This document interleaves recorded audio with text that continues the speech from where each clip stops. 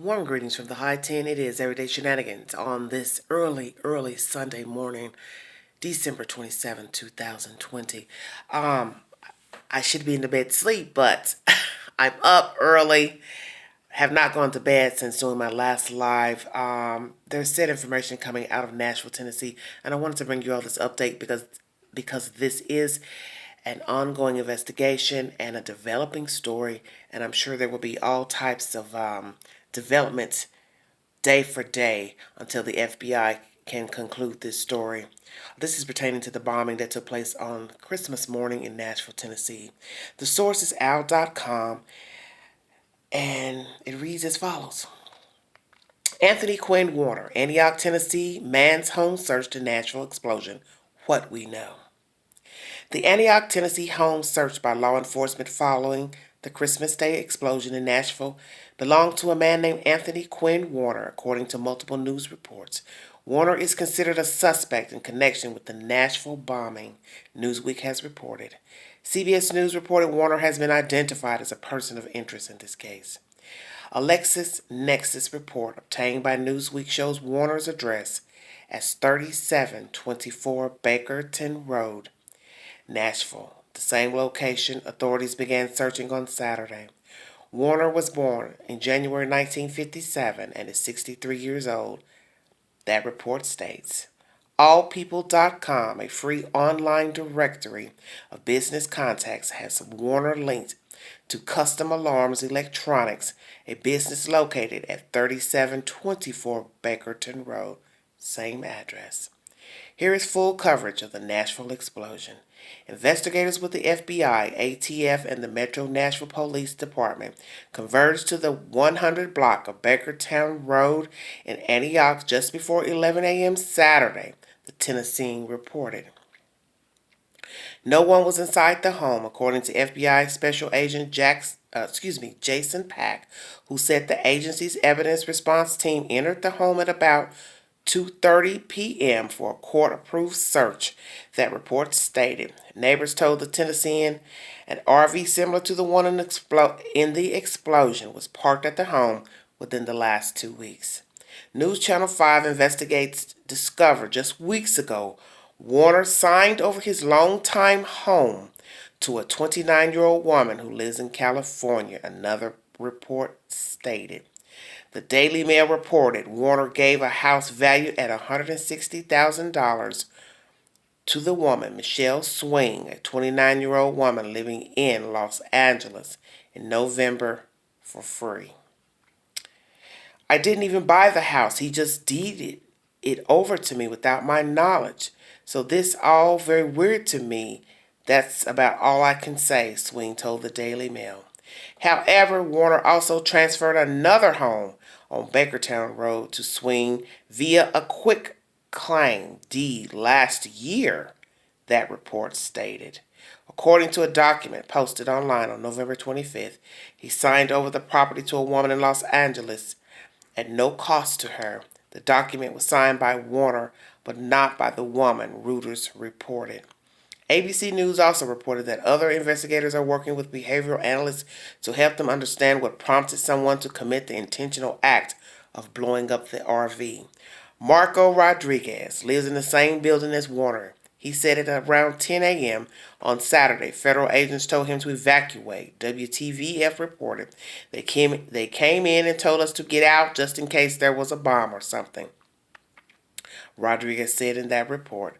The attack, which damaged an AT&T building, continued to wreak havoc Saturday on cell phone service and police and hospital communications in several southern states. The blast injured 3 people, and Metro Nashville Police Chief John Drake said, have found tissue that we believe could be remains, but we'll have that examined and let you know at that time. Police could not say whether it potentially came from someone inside the RV. The bombing continues to cause disruptions for phone and internet services in parts of Alabama. The Associated Press contributed to this report. This said information is brought to you by al.com.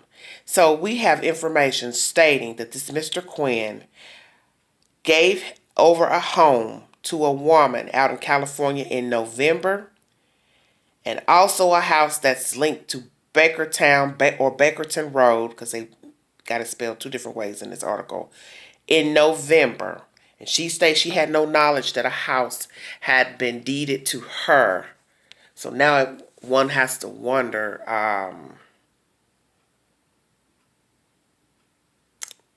confused. So did someone contact her to tell her that this house on Bakerton was deeded to her, a house, and the house that was deeded to her in California? This is a very confusing article. Because I'm quite confused. I'm very confused. I'm very confused. It says Channel 5 discovered just weeks ago Warner signed over his longtime home to a 29-year-old woman who lives in California. $160,000 to a Michelle Swing, a 29-year-old woman living in Los Angeles, in November for free.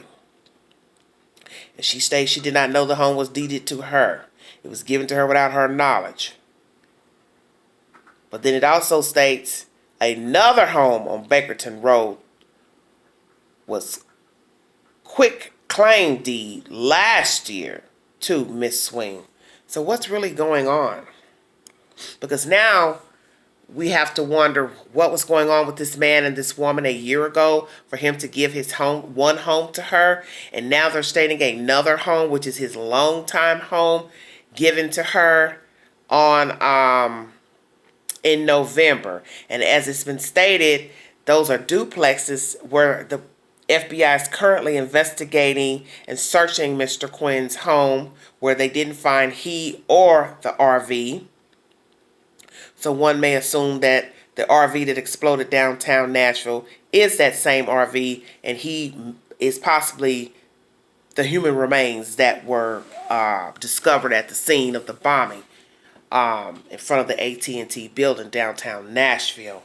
This is a very weird story, odd story, one can say, because now you're talking about two homes deeded to someone who's now claiming they didn't have any knowledge.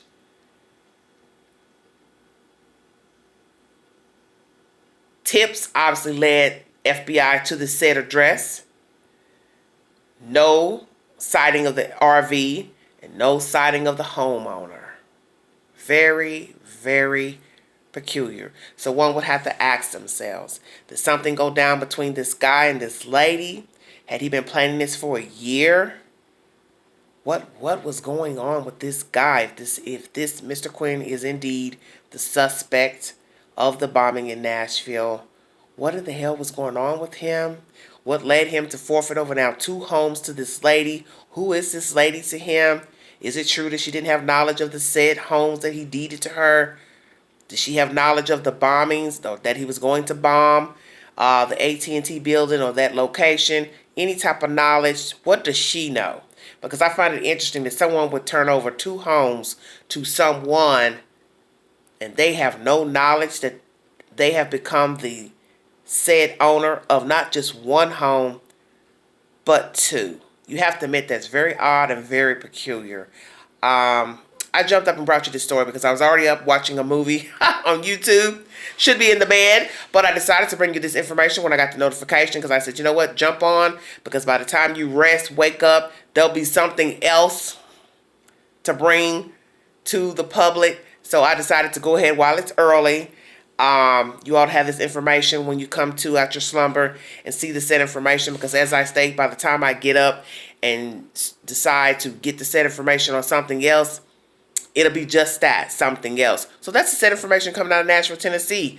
This alleged Mr. Quinn, 63 years of age, Nashville resident, has deeded 2 homes to a Miss Swing out in California. What is her relation to him? How did they know each other? Why did he deed a house to her last year? Why did he just deed another home that is allegedly his primary residence of 29 years to her in November? How is it that she didn't have knowledge of both homes or one home? What is the 411 on this story? This is a really baffling story. And as I always tell you all, things can change at the drop of a hat. And this is going to possibly be that story, because now we have to wait to see if he is actually the suspect, if his remains are actually the remains that have been found at the scene, and what was the motive, and if this Miss Swing or any other parties had knowledge of a said bombing, his demeanor, his attitude, his thought process, which would have led him to this horrific crime. And by the grace of God, no other people were harmed, killed. The other people who were injured, slightly injured, they are okay. Amen. Thank you all for joining me on this early Sunday morning. I will be back with an update pertaining to the storyline. Like, share, subscribe. Drop your comments below. Thanks for joining me. Mask up, America. COVID is real. This is Everyday Shenanigans. Bye-bye.